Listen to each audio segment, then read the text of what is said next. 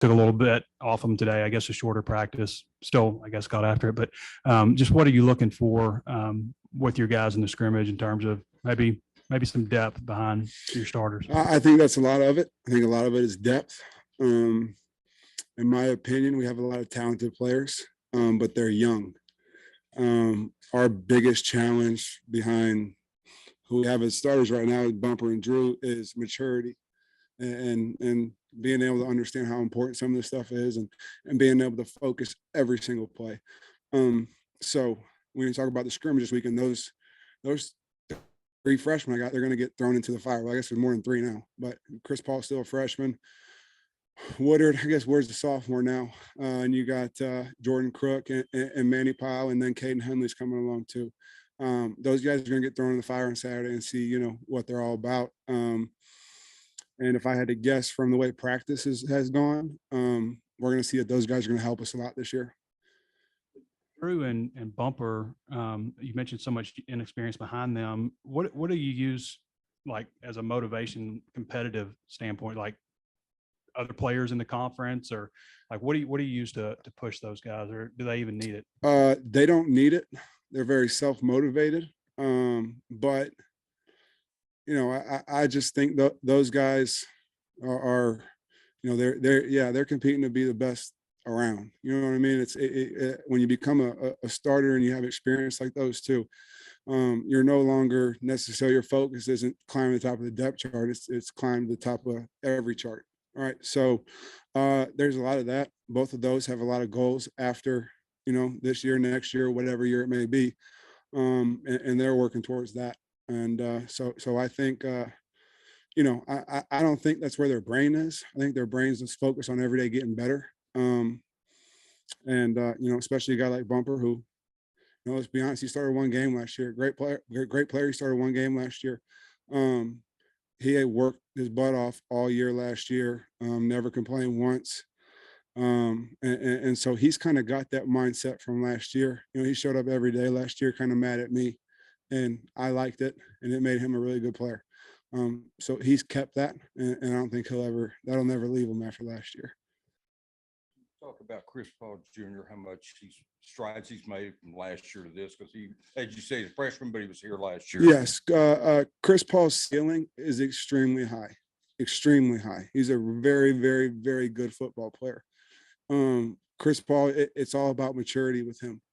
It's all about maturity and being disciplined, doing things right when you're supposed to do them. And he's gradually getting there. And with him, it's not a mental thing at all. It's a mental toughness thing. It's a play after play. Can I refocus and not worry about what happened the last play? Maybe I did something wrong. Who cares? Doesn't matter anymore. It's the maturity part that when Chris Paul develops that on a consistent basis, he's getting better. And I'll tell you, Caden Henley, Grant Morgan, and Bumper Pool all they did wonders for that kid last year. They did wonders for him. Chris being able to sit in the back of that room and watch those 3 guys, he might come up here and say, I had something to do with it. I had nothing to do with it.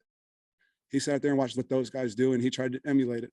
Okay, and now the challenge is, Bumper and Drew are here, but Hayden and Grant aren't here. Can you keep up the pressure you had on you last year to continue to get better? Is he? He's great when you got him from Duncanville, but is he maybe ahead of where you thought he would be, or about there? I knew Jordan was a special player in high school, and he's got here and done kind of what I expected and then some. He's extremely bright, football IQ. He takes the game extremely serious. His maturity is beyond his years for sure. And with him, he's going to play a lot of football for us this year. We're going to need Jordan Crook in a lot of different situations, and he's ready for it. But again, with him, it's the maturity. It's breaking bad habits from high school. It's knowing I got to do what I got to do on every single play. And he's such a playmaker that he'll see the ball and go get the ball. And sometimes that's awesome, and sometimes that'll backfire on you. So there's things that we're working with him, but he is he's very far along. He's going to help us out a lot this year. You'll see Jordan Crook a lot this year, no doubt about it. How nice has it been to get Manny Powell out there this fall, and what have been your early impressions of him? Oh man, Manny is first off, he's an awesome kid. You know, it's hard to, you know, not say many good things about Manny because his background and where he came from, all the stuff he's been through in his life, but and extended to the ACL injury too. But Manny's came back this fall and gotten better every single day, and like exponentially better. You know, you're talking about a kid who's 6'3", 240 pounds, and the nutritionist is telling him he needs more body fat. Okay. Yeah. And he likes to eat a lot of candy too. I wish I had that problem. I don't have that problem. One thing that we all have to sit back and realize is Manny Powell's been through, I guess, 7 practices now, you know, in his college career. And he's had to sit out most of last year. And the strides he's made in 7 practices are, I have a lot of confidence in that he's going to be a really good player. And he's continuing to work to help us out on defense, and he's going to be a heck of a special teams player this year. He's one of the strongest kids I've ever seen in my life. Even though he wasn't able to go through practice during the spring, how much did being here and being able to be a part of meetings and things like that maybe benefit him? A lot, a whole lot, because he's sitting there every day listening to everything. And you know, I when you're injured and you're just sitting there, you can kind of get your mind away from things. But we made sure he sat and sit in front of everybody. But if you came in our meeting room, Manny Powell answers every single question I ask, every single one. Okay. And so all spring he was answering every question in the room. Okay. So Manny could sit there and answer them. And, you know, at some point when you're injured, you're not practicing, that's all you can do. Right. So everybody sat there every day, and they still do to this day, and listen to Manny answer every single question. And last year that guy was Chris Paul. Okay. Well, it starts at, you know, the more they talk it, the more they understand it. And so Manny, even though he wasn't involved in those 15 practices, between what Jamil was able to do with him in the weight room and what he was able to see in meeting rooms, has helped propel him along for sure. Sam yesterday wasn't sure how much tackling you might do tomorrow. Have y'all got that settled? And will Bumper be pulled back a little bit, or what will he do? You know, I'm not exactly sure 100% on the exact rep count yet. You know, we're going to be smart with Bumper for sure. He's an older guy. I know what he can do, right? We know what he can do. So we're going to be smart with him. What that exactly means right now, I don't know. But you know, like we led off with, I'm really interested in seeing what those young guys are going to do on Saturday. You know, but with that, Bumper and Drew, they got to get better. You know what I mean? We got to progress them. So they're not just going to stay in there. You know, they're going to get everything they need to get, but it'll be a rotational basis, like, as you guys have seen all throughout practice. I mean, we're trying to get guys reps. Yeah, Jackson Woodard last year, when you guys went to twos, Jackson was being there quite a bit.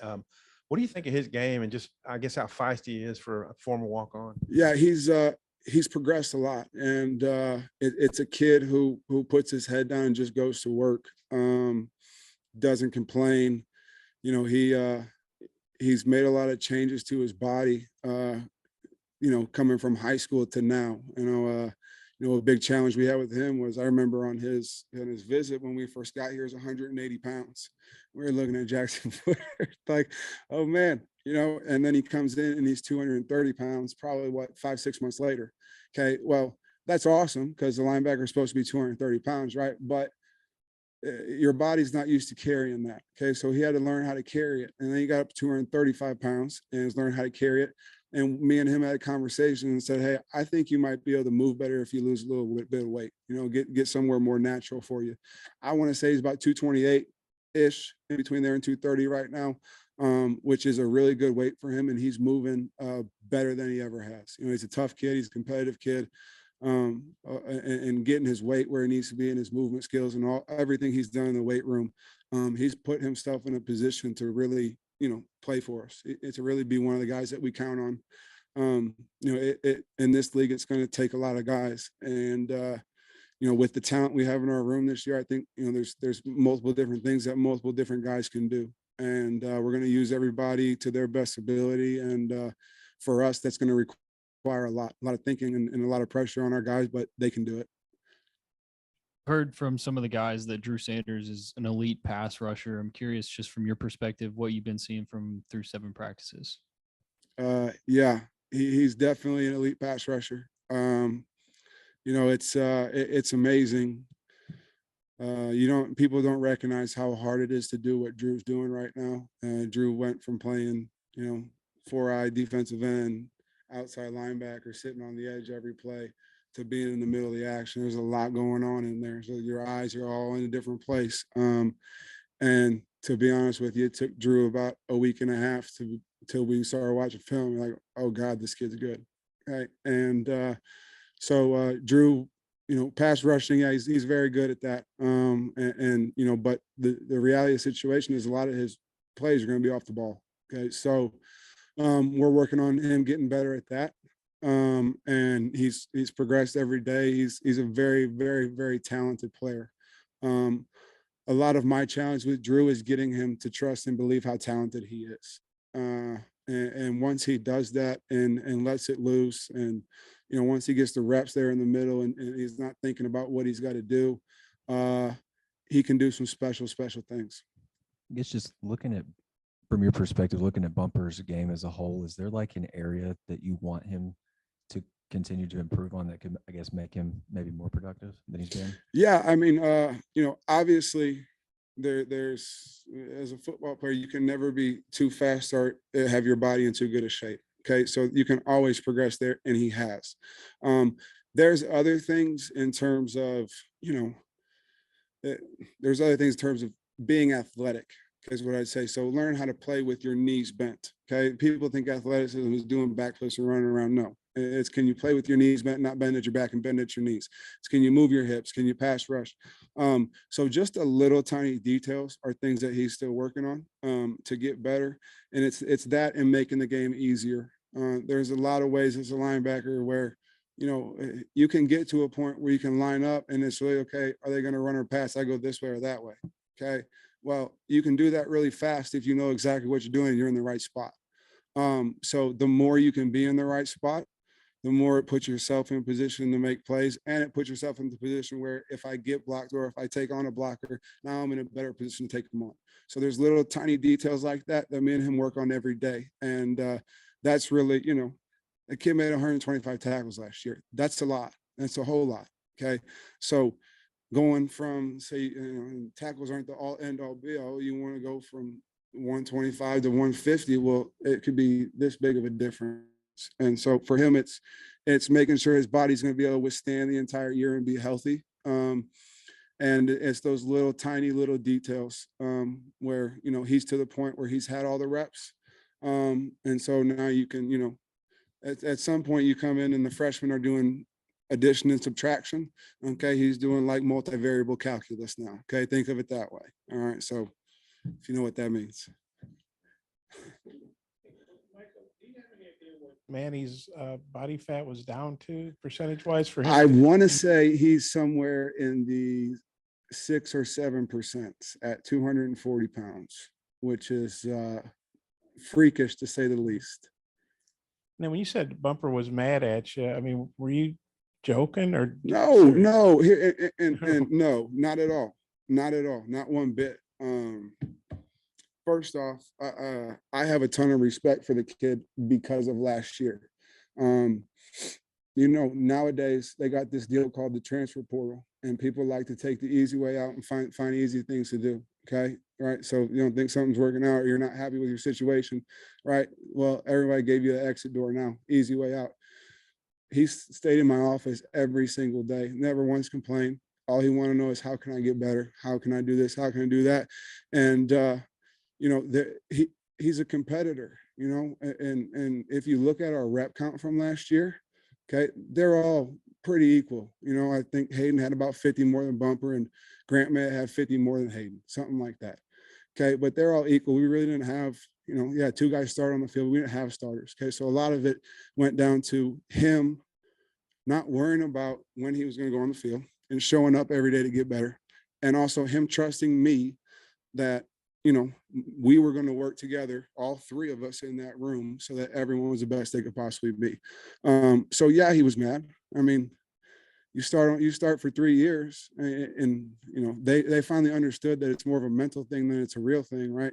Most of the time you see on the games when they flash up the starters, Bumper Pool was up there. Okay, it's a mental thing, and they realized that after a while. But you want to be a starter, right? You want your you want your video up there. You want your name up there. All that stuff. At the end of the day, does it matter? No. You play 50 snaps. Hayden played 50 snaps. Grant played 53, probably. Okay, but as a competitor, you want to be that guy. Okay, so yeah, he was mad at me, but he never once ever complained, and he never once showed up a day not ready to work. Like, oh, I'm here, I'm this, I'm that. I've been doing this for how many years? Never, ever, ever. And I have a tremendous amount of respect for that kid for that. And I think the drive he had last year, every single day, is carried over into this year, and I think it's made him a really, really good football player. Mad if he never complained. I'm a smart man. Hold on. Sometimes I'm smart. Okay. You know, I played football too. Okay. In college, I understand. Okay. I know how people feel. I know how these kids feel. I know what they think, even if they don't tell me. All right. You know, it's obvious. And I also know the competitive drive that everyone has. And you can't be an all SEC player if your competitive drive isn't through the roof. Okay. So to think that he enjoyed any part of that would be crazy to me, but he did it, and it made him a really good football player. A little bit of motivation, and Hayden was good enough to earn the spot. It's a lot of things. It's how do they work together as a group? It's you know Hayden was an explosive player. Honestly, I think as we went, it's like Hayden was an explosive player, and he started out the game and he would go smack somebody and everybody get excited. And then I got Bumper sitting right next to me, and he's like a bull in a cage, you know. And he's like, when am I going? When am I going? When am I going? Right. Well, then driving the game, you release the bull, and now everybody's just rolling in a circle. Okay, so they all were incredible football players and worked so well together, and they've done wonders for the linebacker room at the University of Arkansas, because in my opinion, the reason why Jordan Crook and Manny Powell and Caden Henley wanted to come to Arkansas was because of Bumper Pool, Hayden Henry, and Grant Morgan. Okay, so they saw the way they played and how they did things, and they wanted to be in that position. And so, you know, those guys, they did that for our room, and also they saw everybody that sat in the back of our room saw that those three guys who were seniors, they shared all the work, and it made each one of them better that they did that. And none of them complained one time. Okay. So now, honestly, if you watched our practice, we got five guys going in with the ones right now. Okay. 5 different guys. If you've been in our practice. Okay. No one bats an eye. No one complains. No one says, oh, I'm going with the Tuesday set. You know, nobody. Because they saw the guys do it before. Okay. And if you want to complain about being second string, well, guess what? Bumper Pool is all SEC, all American. Okay. So you got to go somewhere down the road with that conversation. He also came back to play for you for a bonus year. Yeah. Must like you. Okay. Change the subject a little bit. I guess this was your first time out on the road recruiting in the evaluation period. How'd that go? And what kind of territories are you assigned? I spend most of my time in the state of Missouri and then North Dallas. So, you know, we got a good crop of linebackers out of Dallas, out of Texas, still kind of going. And, you know, I spend a lot of time North Dallas area and then all of Missouri. You know, I'm from St. Louis, spent a lot of time in Columbia, have a good amount of friends in Kansas City. So you kind of sweep your way across the state, come back down our way. I know you can't comment specifically on players, but you signed 3 in the last class, got 3 committed for this class. Is that kind of like about a number you would like to bring in every class out of the high school ranks? It just depends. Probably, but at some point then, you know, as the years, as we build our room and as the years go on, you know, you have to have the correct number for the amount you use, you know. So I'd like to say it's always going to be 3, but if for whatever reason I walk into the room and next year we have 12 guys that aren't leaving, maybe we cut that number down. I don't know. We just kind of roll with it. And, you know, nowadays, the way the transfer portal is, you never know. As they say, you never know. Anything can happen. So 3's been it. 3 is kind of what we aim for, but you kind of also have to look at the roster. I always thought a linebacker is kind of born a linebacker with a certain mentality. You can't just like make somebody that. What do you look for when you're evaluating these guys? What are some of the properties you're looking for in a person to come and play for you?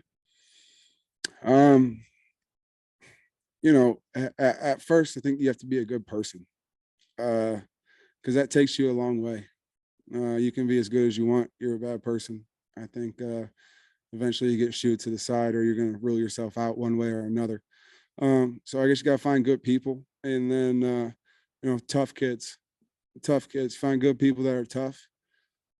Obviously you want them to run, you want to be big, but if you can find good people that are tough, you can mold them and teach them the things you want, and hopefully kind of mold them into being a really good football player.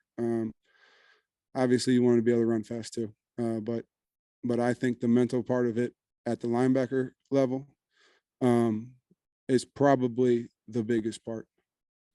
You mentioned with Drew Sanders that one of your biggest challenges is kind of getting him to buy into how talented he really is. How do you as a coach go about that, especially with a guy that's newer to the program?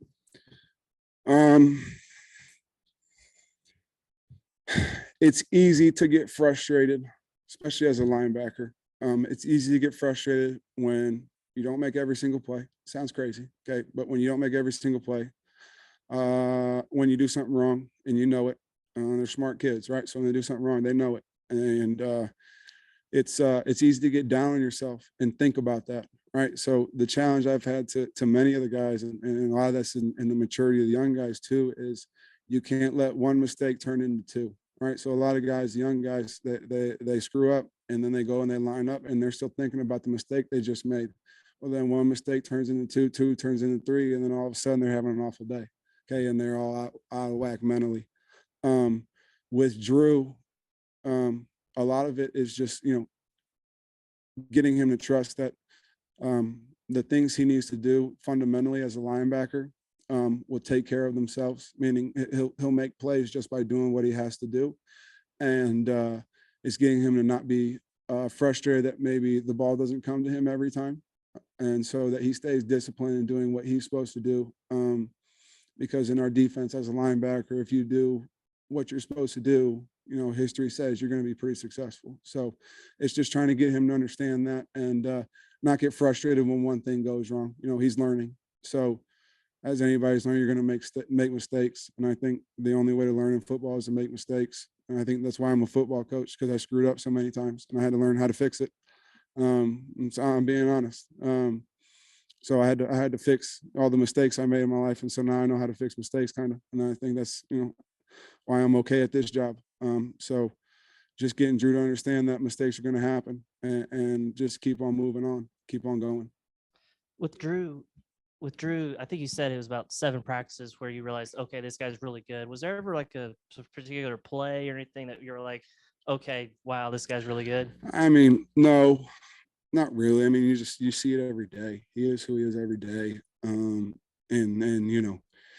it's easy to see that once the pieces are put together, what the finished product's going to look like. And, I think a lot of it came out in that spring game. In the spring game, he was making a lot of plays, just being himself. So I think it came out there, but he does it every day. It's just getting him to trust that incrementally getting a little bit better, a little bit better, a little bit better is at the end going to be what makes him very, very good. Last year between Grant, Hayden, and Bump, I think they played about 90% of your snaps. Do you envision a 3-man rotation usually, or could that be expanded to, you said 5 guys earlier? Yeah. It can change based on who's in the game and what's going on. But we'll see. We'll see. I think, we got a good amount of guys that can go and play in a game right now.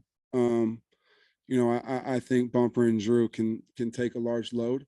But to last a 12-game season in the SEC, they're gonna need to go in and out. And so I can't tell you if it's gonna be 3 guys right now. I think we got more than that, to be honest with you. So I do think it'll be a little bit different. How exactly it's gonna look, I don't know. Say Caden Henley's camp's going, and I guess he was a 4-year starter. I think he had close to 500 career tackles. I know it's high school versus the SEC, but how does that kind of production and experience, all those games, 50 games, translate right now, and kind of how's he done in camp? Caden's actually done a really good job. Caden was here in the spring, which helped him out a lot. Also, he got 15 practices in the spring. But he's coming along a lot. Caden's a very smart kid, And so the challenge with him is he knows what he's doing, and now it's getting him to do it fast and not think about it. You know, when you're smart, you start to think a lot. So it's getting him to play fast and not think. Now with that, he's come along a lot. I think he's going to help us, and he's got his role for us on special teams. I think, you know, all those young kids, I think we need them this year to help us in some sort of way. And Caden's one of those. You know, we got between Manny, Caden, and Jordan, those kids are all very talented freshmen, and I think you'll see all three of them this year in some way. In some way, yes, sir. Hey, Coach. You spoke a little bit about the type of person that you're looking for when you're recruiting, and also the committee approach. Is the committee approach that you guys kind of rolled with last year something that you think draws high school kids into you and into the system as a whole? You talking about just playing all the guys? What 300 tackle guys last season, is that something that you think draws guys in? Well, that part does. That part's nice. You know, that part helps. But that's from a production standpoint. I think it helps a little. But I think it shows people that we're willing to, you know, as a coach in a game situation, the guys you put on the field, you better trust with your life. You know, your life's on the line, right? If we don't do good, I got to go home and I don't get paid, right? I don't get to have a job, okay? So when I send the kid out there, like, I'm trusting my life in him, okay? So that's hard to do, all right? But I think last year with those three guys, I did trust them with my life, okay? And having them be able to rotate around like that, it gave me more trust in being able to do that. And I think, you know, just having, I guess, if I'm a recruit, having a coach that you know is willing to do that, I think that helps because you know more than two guys are going to play. Good. Thank you, guys.